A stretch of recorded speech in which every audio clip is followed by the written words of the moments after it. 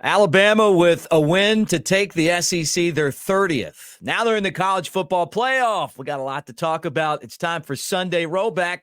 If you're not part of our crew, and from the looks of things, a lot of you guys have jumped on with us. We appreciate it. Like and subscribe. Give us a thumbs up. Let's get this thing going. Roll Tide.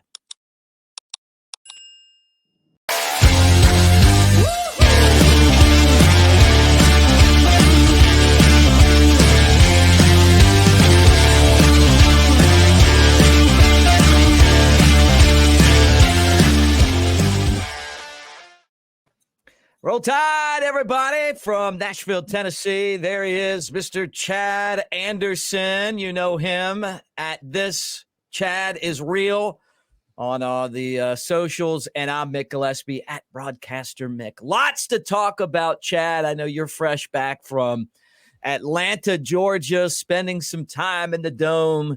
And you were there when Alabama took down the unstoppable, the unbeatable, the undisputed former heavyweight champions of college football, the Georgia Bulldogs, in a 27-24 game. What'd you think of the game, and what was the experience like? You know, Mick, this reminds me, since we talk a lot of WWE in our chats here, you know, we kind of have some fun and some people drop some wrestling comments. This reminded me of back in the day, Bob Backlund holding the title for about 15 seconds. And then all of a sudden, here comes Alabama, just right back in. Georgia had a great run, 29 wins. Last year, they didn't have to face the true kings. David Pollock, you know, what a clown. As much as I like David as a person, just what a few awful takes. It was great, Mick. The atmosphere was unreal. It also felt like one of those, remember like 2008, 2009? Yeah. Bama fans were the ones that showed up because Florida was already kind of tired of winning. And to be fair and be honest, Alabama had that experience where there were a couple of times where Clemson outsupported Alabama in a championship setting. Yesterday, Bama had the crowd. They had the energy. They weren't phased. They weren't intimidated. I've gone into games nervous before, scared, you know, like, oh, is this going to be a spot where you have a letdown?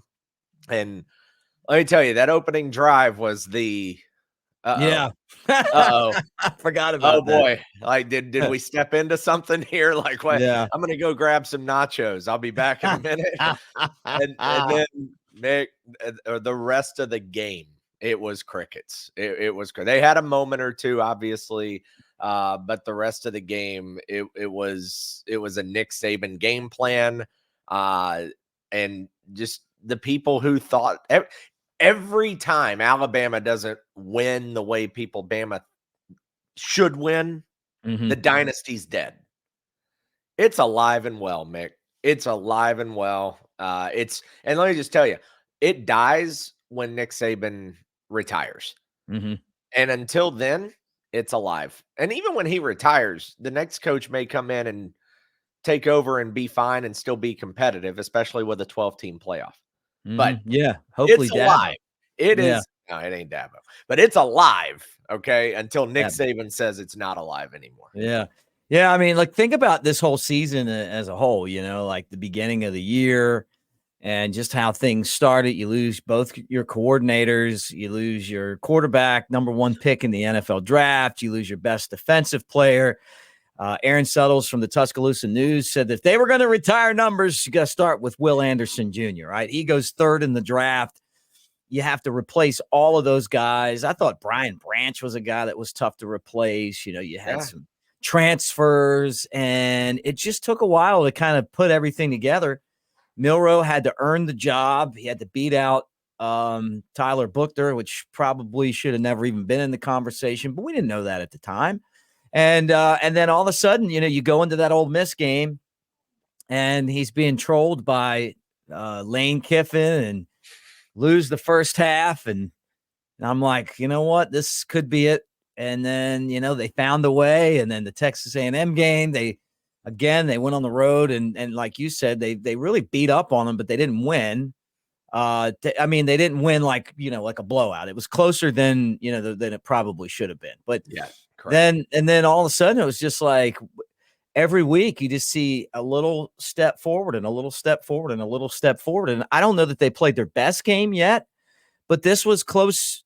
This was probably the best game that they've played so far, but I still think there's a lot of improvement left to be had. And in this environment, you can't forget about the Iron Bowl and how that game finished and how this team found the way. And then all of a sudden, man, you match up with Georgia. You're down 7-0. You're thinking, man, I spent a lot of money to come here. Don't want us to get run off. What do you think the play was that kind of got Alabama going in that first, that second drive where they got the punt? After the punt, the field goal. Yeah, that proved that they could just move the ball. And they had pretty good field position, if memory serves. They were maybe just on their side of the 50 when they started that drive. And so Alabama, didn't have as long 49. of a field to drive. Yep. Yeah, they didn't have a long field that they had to drive down. And so, just getting points, period, it was just big, because all you're looking for in a game like this is how can I build a little bit, like stepping stones of confidence.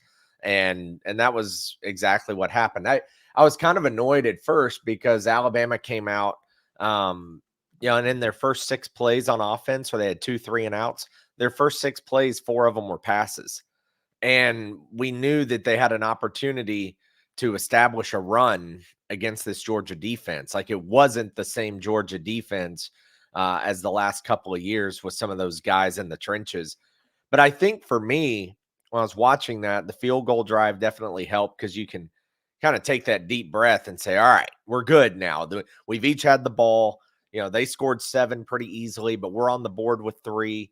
Everything's okay. They didn't march twice on us. I think that was, so maybe not a specific moment in the game, but just points. Play, but just kind of like you said, just getting over that initial hump. Like, all right, we're settled in. All right, we're good. We can play football now. Yeah, 8 plays, 26 yards, a field goal, and that made it 7-3. Georgia got the ball. They missed a field goal. Remember, they went 13 plays, 44 yards, and missed a field goal. The doink. But Bama, Roydell Williams, on a 10-play, 92-yard drive against that Georgia defense, had some nice runs. Milroe, doing it himself with some runs. And then, of course, one of the best play calls of the season, the pass to Jam Miller, kind of a little payback for the Iron Bowl. Yeah, it was. That's what I turned to my brother. I said, that's the Hugh Freeze call. And he said, what do you mean? I said, that's the wheel route. That's where they hit us for a touchdown in the Iron Bowl. And that's why establishing that run was so crucial as well, because Alabama has great running backs, and the offensive line has gotten so much better over the course of this season. And they looked good yesterday, Mick. They looked really good. They did. They won the trenches yesterday.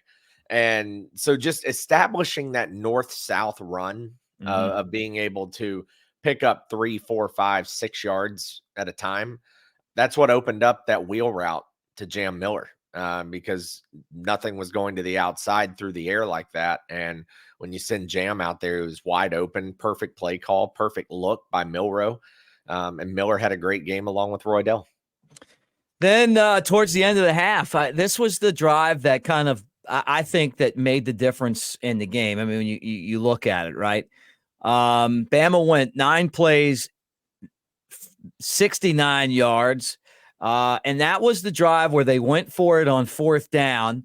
Isaiah Bond made the catch. And then eventually, with 48 seconds left to go in the half, Jermaine Burton back to see his old friends again. The former Bulldog caught a 15-yard touchdown pass.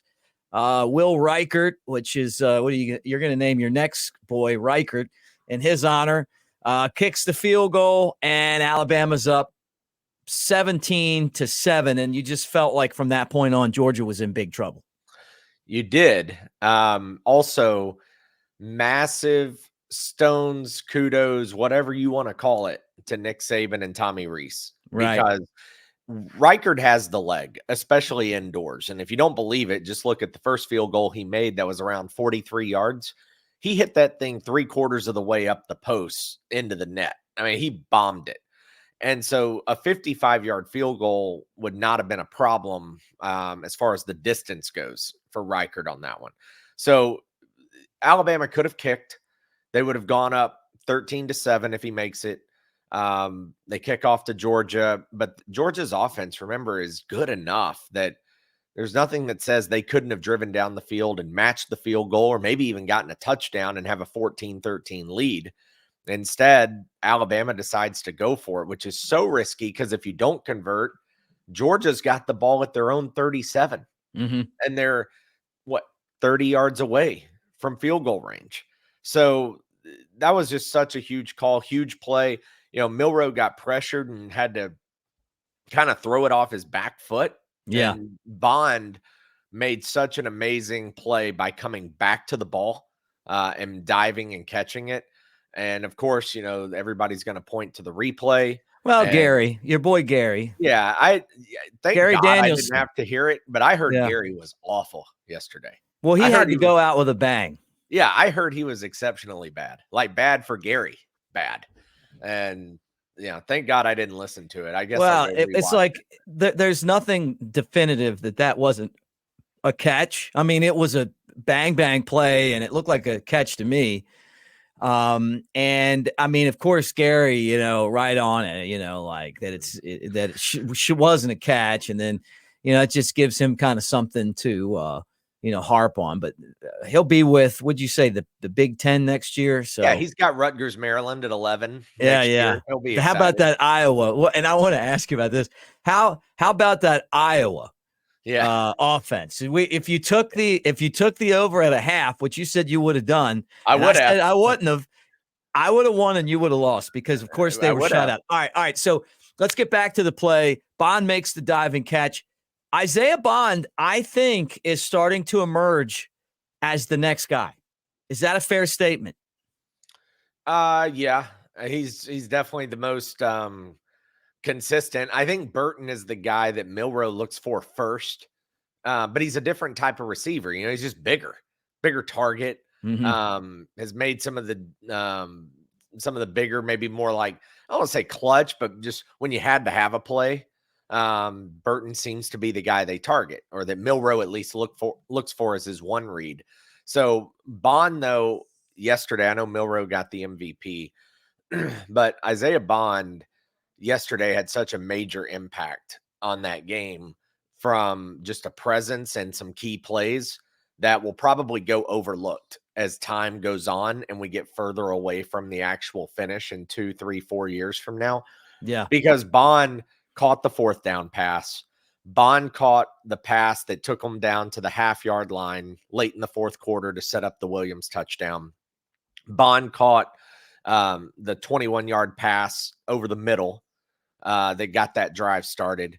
Like, he just felt to be in so many key situations, or when you needed something to happen, he was there or around the ball or involved in the play. So I just really hope, obviously he's going to be remembered for Gravedigger, but the SEC championship, he had a lot of really big, important moments that I hope don't go unnoticed just because they weren't scoring plays. Well, I don't know if you can not notice him anymore. I mean, after Gravedigger, but 5 catches, 79 yards. And, when you needed a play, it just seemed like he was the guy that made it. So, all right. Yeah. So then second half comes, we could have put him away and we didn't, right? We could have put him away and we didn't. They end up going down the field, Georgia, and they kick a field goal. The field goal comes, as you guys remember, right at the end of the first half. The second half, right? Third quarter. Yeah, I'm sorry. Let me get this right. Yeah. The end of the third quarter, minute 37 seconds left. They get it. They go 4 plays, 35 yards.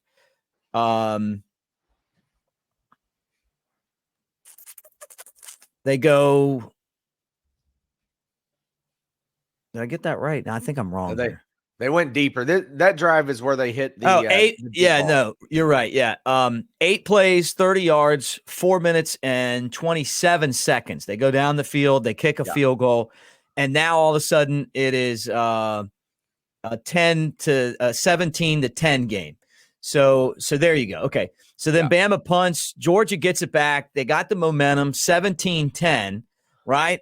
And that's when the defense comes up with the biggest play of the game. A fumble picked up by Trez Marshall, who, by the way, also transferred to Georgia. And then Bama didn't score a touchdown, but they kick a field goal. That, to me, though, was the difference in the game. And we asked if there was anyone that was going to be able to get to the quarterback, which is something that Carson Beck hasn't dealt with all year. It did happen in the game, and he injured his left thumb the drive before that. So they were working on his thumb, and then the next drive he fumbles the football. So it might not have been directly from the drive before, but I think it was, and he handed the ball off, and then there's Trez Marshall. So another guy that transferred from Georgia with a big play. On that one, and sorry, I just can't remember because that was literally the other end of the field. Did he hand that off or did he toss it? He handed it off, and he thought he handed it off, and the guy didn't have it. Then the crimson and white swarmed in and got the football. That was the other end. And this is a point, Mick, where I'm in the crowd and I'm letting the Georgia fans have it. Are you going like this? Did I hear you doing this?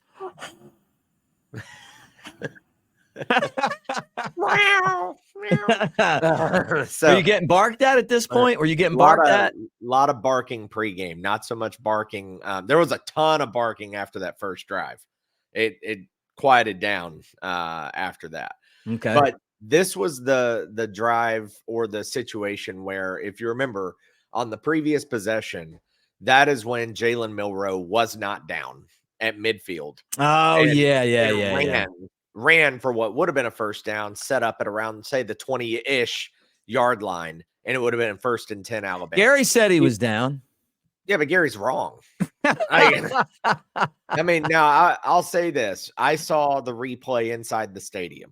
So I haven't gone back and watched it on CBS yet. I will. But from the stadium replay, it did not look like he was down. Gary said that his calf scraped the ground. I mean, what are we doing, Gary? Like, Gary said. He got microscopes up there now. Like, he sees all. He got sensors on the blades of turf down there. Yeah. What's he doing? So that fumble sets up the field goal. We went 4 plays, 1 yard, but we kicked the field goal to make it 20-10. You know what that is, Mick, though? That's a situation where we had to let them know ball don't lie. Yeah. Ball don't lie. And it didn't. And Alabama set up and got the field goal to take a 2-score lead again. Well, this is how, and you're getting into the part now. We're in the 4th quarter, and this is how Milroe ended up winning MVP of the game. We get the field goal. Georgia punts. You know, we have an opportunity again to put them away. We go 3 plays, 3 yards, punt. Give it back to them. Georgia gets the ball back. They got the great kick return on a short punt. They got great field position. Yeah. And they score the touchdown back with the 1 yard run. Bama made it tough on them getting it in, but there was also a pass interference penalty that I didn't think was a pass interference on 3rd and 2. Against Terrion. Yeah. But look, that touchdown. Other end of the field, I couldn't tell.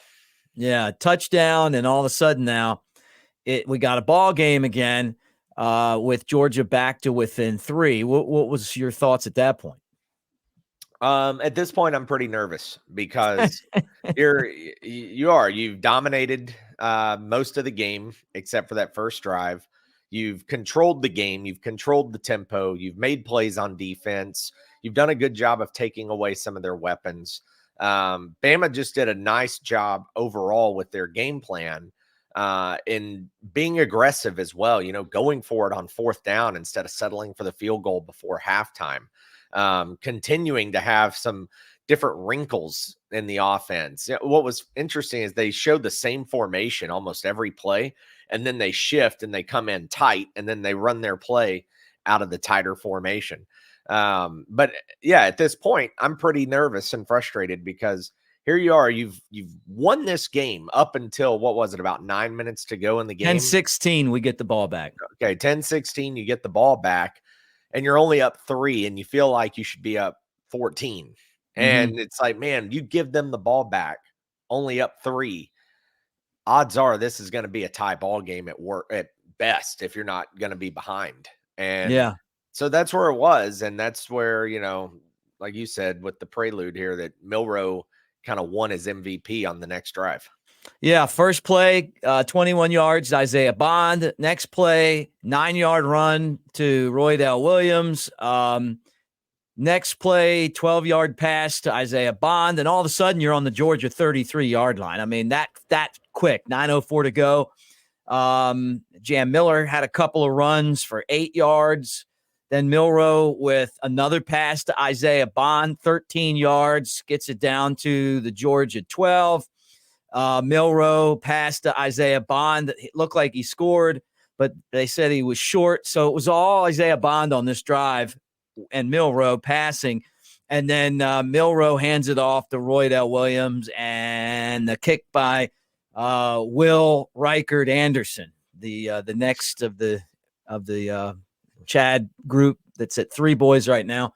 And all of a sudden, it would have to be adopted, but yeah, sure. You're fertile, my friend. And and there you go. And now it's 27 to 17. And again, you're feeling pretty good about life, right? How about that 3rd and 2 play? That's the one where Milroe's looking, pressure comes in the pocket. Oh, he flips it up to throw, and then does the Bryce Young, Steph Curry basketball pass around the defender, and Bond catches it and runs, what was it, a 12-yard, 13 yards to the 12 for a first down. That was right in front of me, literally directly in front of me.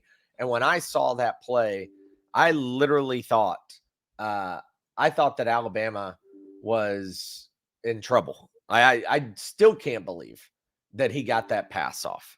I had no idea how he did. Right. And that's what makes him him, though. That's why I said today on the selection show that he has the potential to be our version of Bo Jackson. I mean, you're talking about a superior athlete playing the quarterback spot. Chad, I don't even think he's that good at quarterback yet. I just think he's good. He's a great athlete. I think he's good at being a distributor. He's listening to what the coaches are telling him, which makes him very coachable. He's been smart. He's tough as nails, man. The guy is just a beast. Yes. And you're right. That play, if there was a Daniel Moore print in that game, I'm going behind him with the shuttle pass and then having Isaiah Bond, which you wouldn't do that. I mean, they're already going to team up for one Daniel Moore print, but I felt like that was, unless you did a Saban 30th SEC championship game print, but that to me was such a big play. So then Bama's up at that point by 10. Georgia gets the ball back, and they go 10 plays, 75 yards, and they score a touchdown. And they get it to within 3 at 27-24. And guess who came back in again and did it again? Jalen Milroe. I come out here to set the studio up for the post-game show. Milroe runs for 30 yards and the damn game's over. Well, I want to go back to the previous drive, because at this point you're in clock management scenario. And what was so big, even though Georgia scored a touchdown, what was so big about that drive is that the defense made them go all 4 downs from the 3 or the 2 or wherever they were. They had it first and goal at the 6, 2nd and goal at the 1, 3rd and goal at the 1, 4th and goal at the 1. And the reason that was so big is because it ran the clock. It just ran the clock and reduced the number of possessions and the number of first downs that Alabama would have to get when they got the ball back. So the defense stepping up, even though they didn't keep them out of the end zone completely, just the fact that they forced all 4 downs helped bleed the clock a little bit for that final possession. You're right. And exactly. And made it tough. And then Milroe gets it. And instead of like playing scared, instead of, kind of being afraid and then going free and out and punting, the guy gets a 30-yard run, Roydell Williams runs, and then Milroe again runs for a first down, and that's game over. Yeah. Yeah. You know? What play calls as well? So a couple of things on this final drive. One, amazing play call by Tommy Rees. I don't know that there was a designed Jalen Milroe run in this game until that point. There were times where there were option plays, but an option play is not 100% designed quarterback run. So I don't know if there weren't many, a couple here and there. And I obviously know Milroe ran it a lot in the game, but I just don't know what was 100% Milroe's keeping it. But he was on that first down. So amazing call there. Great awareness by Milroe to slide and stay in bounds. That was number 2 on that one. That was big. And then again, on that final first down conversion of 2nd and 8, where they get, was it Miller maybe in the lineup at that point? Whoever was the back, they kind of dance and shift and then fake the pitch. And then Milroe. Oh, yeah. I love that middle, play. Yeah. And he picks up 9 yards and gets the win. All of those unbelievable. The one thing here, and I say this all the time, and it baffles me as good as Nick Saban is and coaches in general. I'm looking right here at the drive chart. Alabama, Georgia had 1 timeout left, Mick. Alabama has the ball, 1st and 10 at the Georgia 34. Georgia has 1 timeout. With 1:16, they snap the ball and run it with Roydell Williams. There was no reason to run the ball. Just take a knee. It should have been victory formation, because with 1 timeout, once you're under 1:20, the game's over. Right. The game is iced. And so I just don't understand how coaching staffs get in these situations. Is there some reason that we don't know for this? But it's not just this staff. It's a lot of staffs. Right. Ask Mario Cristobal in Miami how it worked out against Georgia Tech. Yeah, right. I just look, and this didn't turn into that, but I look at that, I'm just thinking it's simple math. Also, if you're unsure, like if you don't know, then run the clock down to 1 second and take a timeout yourself, and then regroup on the sideline and do the math by hand and say, okay, where are we here? Do we have to take a snap it, or can we take a knee? Right. What's the plan? And luckily nothing happened from it. But the reason I freaked out in the stands over this is because I don't know who noticed or not, but on 2nd and 8, when Milroe faked the toss, ran up the middle, when he dove for that first down. Oh, he fumbled, but got it back. The ball out. Yeah, they punched it out. Milroe just thankfully was able to hold on to it because it just kind of stayed right there next to his chest. But that's what you're hoping obviously doesn't happen. And that was why I some fans around me even said, well, they have timeouts left. I'm like, no, they have 1, and we're under 1:20. Hit a knee. Yeah. The game's over. Yeah. Luckily, all's well that ends well. But again, kind of a brain fart. They did the same thing against Texas A&M. They did the same thing against Arkansas. Mm-hmm. So like some of that simple math has got to get cleaned up, whoever's responsible for it on the sideline. Yeah. So that was it, man. We didn't turn the ball over. They turned it over once, and it was the difference in the game. We got 3 points off a fumble and 1. Kirby Smart, again, proves that he is a good guy. I thought that the things he said in the post game showed nothing but class and integrity, that Georgia's coming. They're here, but we're still here too, and he's 40-0 against everyone except Alabama, and he's 1-2 against them, and another win for the Crimson Tide. And I said this, Chad, and I'll let you chew on this, but I just think Georgia's so lucky that the committee overlooked Bama last year. They didn't move TCU, even though they lost their last game, and everybody else moves and falls down. And that was the team that would have beaten Georgia last year. I don't know if Alabama would have won it all, but they'd have beaten them. And we get the matchup, and it turns out like we thought it was going to turn out. Well, last year, Alabama didn't get in because Alabama would have gotten in and had to play Georgia. That's why Alabama didn't get in my opinion, was because if Bama gets in, the only place to put them is the 4, but you weren't going to move Georgia down to the 2. So it was an easy out for the committee. The committee and say, look, TCU, even though they had to come from behind 5 different times in the fourth quarter, they didn't dominate opponents. They didn't play a great schedule. They got beat in the conference championship. Alabama lost 2 games by 4 points, both as walk-offs, both on the road, one of them in overtime. Like, you stack it all up, and Alabama was clearly a better team than TCU. But at the same time, I get it. I understand why TCU got in. I didn't really have a huge problem with it because at some point you do have to win games, and Alabama lost twice last year. But I think that was also it. Like, if they even had any consideration of Bama getting in, it was immediately roadblocked by the fact that you would have had a Georgia-Bama semifinal game in Atlanta, which also meant that you were going to guarantee an SEC team to play in the national championship last year. And I just don't think that the committee wanted that. I think that it was easier to look at it and go, Ohio State only has 1 loss. It was to Michigan, albeit at home, albeit a 6-point deficit of some sort. Mm-hmm. That was really more my argument, was not that Bama should get in over TCU, is more Bama should get in over Ohio State. Yeah, but right.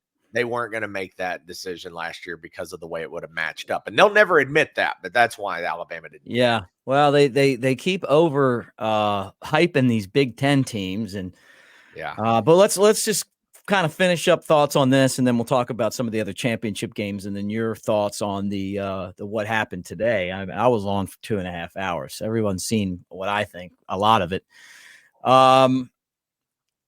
When the game was over, the Bama wins. Bama fans, did we have half of the stadium there? They sounded loud. Sounded like they were ready to go. And did people realize how significant this accomplishment is for this program? Yeah, I agreed with a couple of the writers who said it was 60-40 Alabama. Good. It was. Bama fans showed up. Like I said, this was a situation where Bama showed up, and at the same time, they were not intimidated. They didn't give a rat's ass about the previous 2-time defending champions or the anything with Georgia, the 29-game win streak, the jerseys, the logos, nothing. Like, they didn't care at all about any of it, and they showed up. They were loud. They were into it.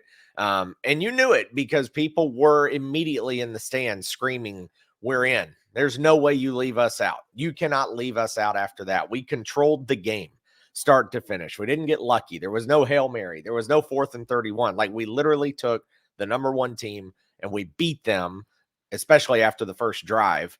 And Alabama was the better team yesterday. And by the way, Bama dropped 4 interceptions yesterday too. I know. Oh man, I was talking about that today. If they catch those 4 interceptions, and and maybe it's a blowout, but you know what?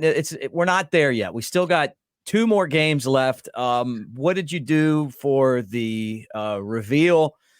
I'll tell you what, I was confident. I was confident until right before the show, and all of a sudden I see the AP poll, and they got us 5th, and which made no sense to me. How does Texas go up way further than us when we played Georgia and beat them, and they played an awful championship game? Although they played great, I mean, they just played an awful opponent. Yeah. And they kept Alabama out, and I thought, you know what, this is kind of the theme of today. And then, obviously the coaches poll came out. Georgia and Texas were tied. But Alabama had 3 first place votes, which puts them ahead. And then the college football reveal. Well, did you think they were getting in? As of last night, I was pretty nervous. I didn't feel good about it last night.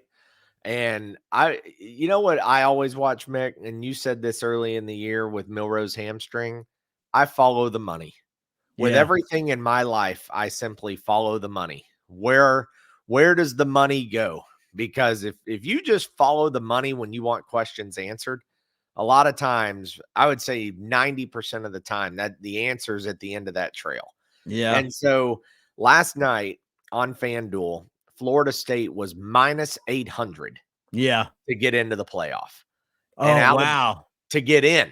They Yeah, were yeah. minus Okay. 800. So you had to risk 800 to win 100 last night in order if Florida State got in, if you wanted them to get in.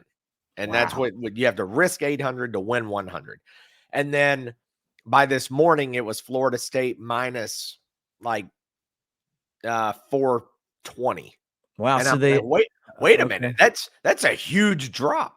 Like Yeah. it's still a big favorite, but that's a massive drop. Then as it got closer and closer and closer to the show, it was all of a sudden Bama to get in was minus 140. Florida State to get in was minus 130, which means Bama became the favorite right before the show. Yeah. So deep down, I started looking at it and thinking, like, you just follow the money. Like, you can't tell me that somehow this didn't get leaked, somehow that somebody didn't know something, somehow somebody didn't at least alert someone else or have, hey, about 80% that Bama's going to be the team now. It's Yeah, not right. final, but we think it's going to be Alabama at this point. Maybe they don't truly know the answer, but it's just like anything, Mick. You can't tell me that people don't know. Odds don't go from minus 800 to minus 130 in the matter of 12 and a half hours. Yeah. It doesn't happen unless somebody knows something. There you're right. So to me, that's what started to comfort me was Mhm. you read Twitter, you read all these crazy clown takes and reasonings and people yelling and screaming and all this. But I go back to as well and say, hey, here's the deal. Why was everybody, and I say everybody, the majority of people, why was the majority of the polls posted Michigan, Washington, Texas, Florida State, Alabama? Because, like what you said, my answer on this was wait a minute. Why is Texas allowed to jump Florida State? Yeah, right. But Alabama's not allowed to jump Florida State. Right. Like, if you're going to say Florida State should be in over Bama, then Florida State should be the 3 over Texas. And then it Exactly. should be Texas against Bama for the Yep. 4. Yeah. And so I was telling a couple of other people, people texting me or messaging me, asking me like, hey, what do you think? What do you think? And I just said, look, if Florida State, when they flash that screen, if Florida State is the 3, You're we're in trouble. screwed. Yeah. We're screwed. It's over. Pack your bags. Just turn the TV off. Get ready for the Peach Bowl. It's done. Yeah, yeah. If the 3 is Texas, you got a shot. You got a chance at that point. And honestly, if 3 is Texas, I feel really good about it because you're subliminally already setting the expectation that it's okay for a team to jump Florida State. So all this hate towards Alabama, I understand why, because it was down to them too. People should be just as mad at Texas because Yeah. they jumped an undefeated Power 5 program. So Yeah. it didn't make sense to only argue and be pissed off at Alabama. Well, the bottom line is this. You watched, or you didn't watch it, but I watched the ACC championship game, right? You were on a plane. Okay. I did. It was terrible. Awful. I mean, it was awful. So you can't blame anyone. We watched that game. Even Alabama hater Heather Diddich said the same thing. Like she never called it. Yeah, they couldn't even get a first down. Yeah. Like with all the help from the officials and a defense that played pretty good, like there's just no way that that team's going in there and winning a national championship. And what you want is the 4 best teams because you want 3 really good games. That's all it comes down to. And I feel bad for Florida State because you did go undefeated, but that was the game where you knew that you had to go out there and make a statement. Like our friend Robert said from Mobile, statement points mattered this year.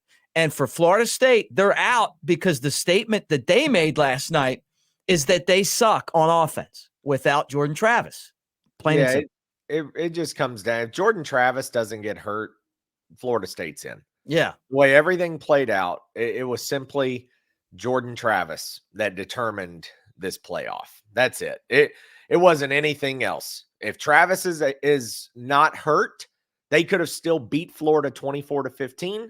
They could have still beaten Louisville 16-6. This would have never come up. Wouldn't have even said it. But no, look, but Jordan Travis was the only reason. We wouldn't have the Georgia-Florida State Orange Bowl if it wouldn't have happened, that everybody's been clamoring for. I'm excited about that. And I do hope, just to go ahead and shut the naysayers up, to go double Georgia length on everybody. I want Georgia to pound them. I want a 48, to 7 drumming.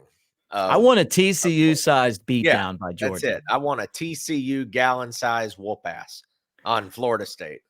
So now we got the matchup, and then I'm sure you saw when ESPN had the reaction of Michigan, expecting, they're expecting to play crippled Florida State, hobbled Florida State, a limp in Florida State, and instead it's Alabama. And there was a little concern in that room. Man, they were licking their chops at a first round bye. They were booking tickets to Houston. They may have skipped the Rose Bowl. Like, their fans may have just said, you know what, all money is going to Houston at this point. The reaction was priceless for that. I mean, it just sums it up. When I was leaving the stadium last night and talking about it, I said, look, nobody wants a part of Alabama. Mm-mm. You picked on the wrong team. You let them get too hot. They came together. They figured out some ways to win and survive. Then they just started beating people. And you let the wrong team get too much confidence, too much swag, evolve, get better at certain positions like the offensive line unit. Nobody wants a piece of this team. Mm-mm. Nobody. And we got the matchup. And honestly, I've been critical of Jim Harbaugh for cheating, but I've always liked him. I just don't like cheating. Honestly. I don't. Yeah, I mean, but I don't agree with all of the different things he does to cheat, and the fact that the guy's been suspended for half of the regular season for stuff. I mean, it's not good for the game or whatever. But this is a great matchup. Uniforms are great. We'll be out at the Rose Bowl, which I don't know if I'm going or not yet, but I'm definitely thinking about it. And the other matchup's great too. You got the two teams that are going to try to throw the ball a lot and play really fast offense. In Washington and Texas, Michael Penix against Quinn Ewers. You're talking about a great quarterback matchup. And then Georgia Light, Michigan against Alabama. So, I mean, this is going to be good. Washington, Texas will be fun. And it's cool to see Texas in this playoff. That's exciting. That's fun. Washington is actually kind of one of those traditional powers, if you will. They're not in there every year, but historically, they got a football program. Hell, it goes back to Bama winning their first national title in 1925, playing Washington in the Rose Bowl and beating them 20-19. Yeah. Like, people, that was the first team Alabama beat for a national title. That's right. Almost 100 years ago. So Washington, actually making their second playoff appearance. Texas making their first. It'll be fun. It'll be cool. I feel a little bad for Washington because they do have to travel from Seattle all the way down to New Orleans to play Texas, which will be a much easier travel for the Longhorn fans. So it's more of a home field advantage for Texas than it is Washington. So I feel a little bad for them, but that'll be a fun game. Michigan's uniform and helmet. Love it. Alabama's clean all whites, crimson helmet. The Rose Bowl, a 2:00 Pacific time kickoff where the fourth quarter starts at sunset. I mean, it doesn't get any better. The team with the most wins in college history against the team with the most national championships in college history. If that is the matchup of matchups, and it's happened a few times in the last 25 years. I think 3 times total. Alabama's won all 3. But the setting and the magnitude and what it means, and also the drama around how we got here, it doesn't get any better than that semifinal matchup right there. That is a classic. There's only one thing that it makes me want to say when you lay it out like that. I got an idea of what it is, but go ahead. Whoa, Nelly. Yeah, I knew it. I knew it. Keith Jackson was coming on that one. Whoa, Nelly. We got us a good one here at the Rose Bowl. Yeah. Number one, so Michigan against the University of Alabama. Nick Saban, the greatest of all time.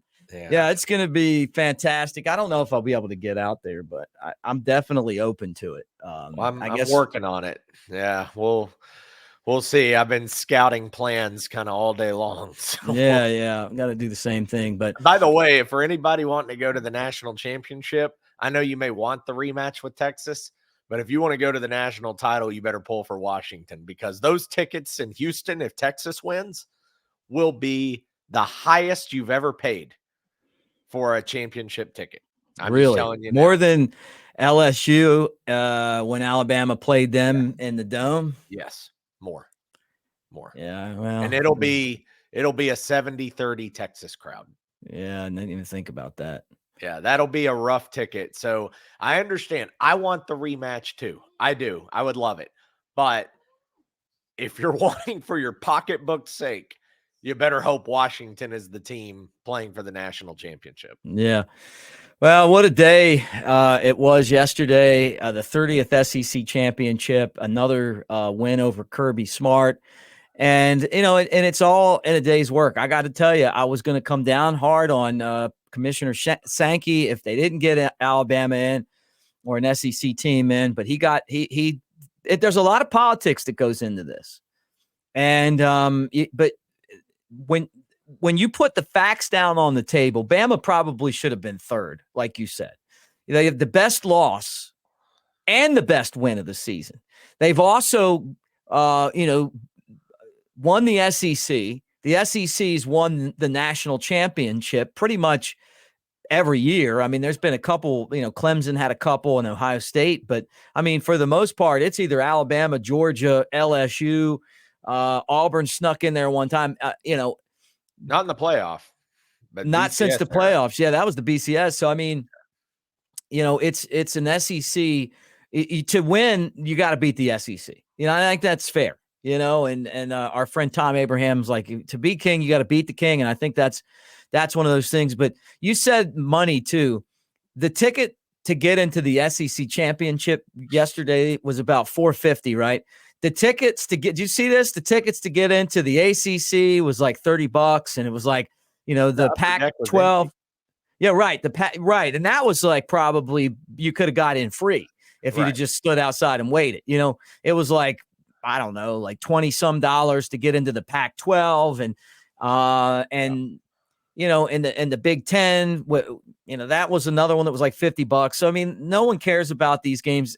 If you want to make money, you got to have the SEC because that's where the interest is. People, honestly, man, as badly as we'd like to see Alabama win, the rest of the country's pulling for Alabama to lose, and that kind of makes it fun as well. So Bama hasn't won. Look, they still have a lot of work to do. They got a very tough game against Michigan. It's just about a draw. I was shocked that it came out with Michigan as the favorite, but I got a feeling Bama's going to end up being the favorite in this game when it's said and done. Yeah. But you know what? Like, it still has been, Chad, one of the most remarkable seasons in Alabama football history. Yeah, it's unbelievable, what this team has done. If you're saying you didn't write them off after the Texas game or definitely after the South Florida game, you're lying. You're just like, I need to see proof. I need to see receipts if you're going to claim that you didn't write this team off after week 3. So what they've done, how they've figured it out, come together, won the SEC championship, going into a playoff scenario.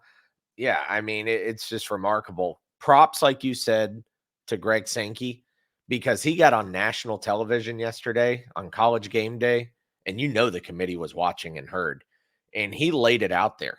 And he said, this feels like Sesame Street. One of these things is not like the other. Yeah. And said, you can say whatever you want. And the fact is, we own this. We run this. This is ours. Maybe you win once, but you don't win every year. We don't lose these games. We don't lose semifinal games. Did it once. The whole conference did it once. We don't lose natties. Alabama's the only team to have done either, lose a semi or a natty. It just doesn't happen. And that's how they are. It's how they play. And Alabama's just by far the better conference over time, and they earned it and they deserve it. And you can say, well, previous seasons don't matter and all this stuff. And I get it. But at the same time, the SEC is the standard of college football. And so I applaud him for doing that and getting ahead of it and making those statements and those comments. And you see he even looked over at Dez and said, we don't have to cheat and steal signals or something like that. I loved it. He flat out called him to the carpet on national TV. Yeah. And it was fantastic. So props to him. And hey, you know what? With all the conspiracy stuff, if he helped or he pulled something off or it had something to do with ESPN and the new SEC deal, hey, if it does, great. You know what? All that matters. Benefactors. Yeah, I thought Herb Street. I was glad Herb Street stepped up. I thought Booger McFarland looked like a moron. And get out of here, dude! Clown. Like, come on, man! Like, I kept you kept hearing the Bama haters, and they kept saying the 4 most deserving teams, knowing that's the only way we were going to get these lopsided, spreads and stuff, right? And then and Dennis Dodd, who I got to tell you, I do like Dennis Dodd, but I was shocked at him coming out and basically, saying that Florida State ought to, that this was a travesty and all this stuff. It's not. The bottom line is that Florida State didn't win a shot into the college football playoff with their performance last night. Right. And Alabama and Georgia played an old school heavyweight fight, and Bama won, and they deserve to go in. And they've been getting better and better each week, and so we're in. So I guess time to move on from that. Iowa, awful. Michigan still didn't put them away. And now we get you got some bowl games coming up. Maryland and Auburn in the Music City Bowl. Your boys. My boys, yeah. Not boys. Auburn. My Terps. So that'll give me something to look forward to. I'm excited about the bowl games. I still love the bowl games. And dude, I mean, what a couple of weeks, man. What a couple of weeks. Last week you were on here yelling F you, Auburn. I've been lectured a few times here at home about my language. I would never say that. I don't know. And then okay. I'm on here today screaming and hollering when we got in. It was just amazing. It's been exciting, man. The game last night was great. You guys have been hanging out with us, man. You guys have by the thousands, you guys are watching the show. So appreciate that too. A couple things. Channel's always brought to you by our friends at Pearl River Resort and Casino in Choctaw, Mississippi. Man, this is really a great time to go. You get everything's decorated for Christmas. If you're coming from Tuscaloosa or somewhere, Birmingham, Central Alabama, it's right over in Philadelphia, Mississippi. But the Timeout Sportsbook, Sports Lounge, is one of those places that you might catch Chad and Catfish and Mudcat in there, putting some money down on some games. And if you would have bet with me this week, guys, you would have went 4-0. By the way, just an FYI. I went 0-3, so congrats for dodging me. Dude, I went 5-0, 1-3, 4-0. So that still makes for the last 3 weeks have been the best weeks I've had. If I could have just reversed if I could have just gone 2-2 last week, it would have been a little better. But anyway, check it out for yourself. They got 20 TVs. They put all the stuff on that's happening, all the bowl games, NBA, college basketball, NFL. You can bet on it all there. And that's at Pearl River Resort in the Timeout Sports Lounge. All right, Chad, I know that there's been a lot of exciting things going on in sports, but you also got a lot of exciting things going on at Modern Lending.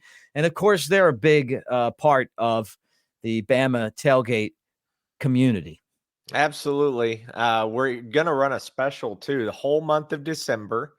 We're going to do, in honor of the number of national championships, an $1,800 lender credit on your closing costs for anyone with a purchase or refinance. So if you reach out, just let us know you heard, of us on the channel here, and we're going to do a lender credit. So whether you're wanting to take cash out of your home or purchase a home, whatever the case may be, let us give you an opportunity to hear a quote, get an idea of what we can do for you. $1,800 lender credit that we'll give you at closing. So just heads up there, offer for the viewers, the listeners, the commenters, whatever. We've helped a ton of families over 13 years, over 10,000 families. So, also don't be afraid of the refinance. I know people say, oh, I don't want to because rates are higher. 1 out of every 3 people are refinancing right now because they're in credit card debt. That is at 28, 29, 24, 32%. Wow. And it's just awful. But you got to do what you got to do. I'm not blaming you for having to get there, but maybe we can help bail you out of that. So let us know, reach out, info there on the screen. That's my cell phone number, chadanderson.info. All right. Well, another fun show. We'll get back at it again tomorrow. We don't have a press conference tomorrow. I want to bring on Chad. I want to bring on Tom Abraham and us 3 get together and chat it up tomorrow. So I don't know what your schedule is, but let's figure it out because he's been saying you can't leave the SEC out for a long time. And I kept during the tailgate show, I just kept punching him to see if he would maybe he would loosen the grip on that, and he didn't. And they're in. So they're in. It took an unprecedented situation. And honest to God, the way the committee was treating Alabama the whole year, I can't believe it, man. In fact, I loved all the jokes all weekend long that said Oregon moves up to number 2 because they added a quality loss to their resume. They treated Oregon's loss better than they treated Florida State's win. Yeah. And how about Oregon's consolation prize as they play Liberty in the Fiesta Bowl? No, I love it. It. Who's Tulane playing? Ole Miss again? No, I don't know. They got shipped out somewhere else. Tulane lost their conference championship, which kicked them out of the New Year's Six. Oh, okay. Liberty got in as the group of 5 champion. Yeah. Well, awesome, man. And then we don't have to worry about this next year because 12 teams get in. So that's right. All right, guys, for Chad Anderson, I'm Mick Gillespie. If you're not a subscriber, subscribe and roll tide, everybody.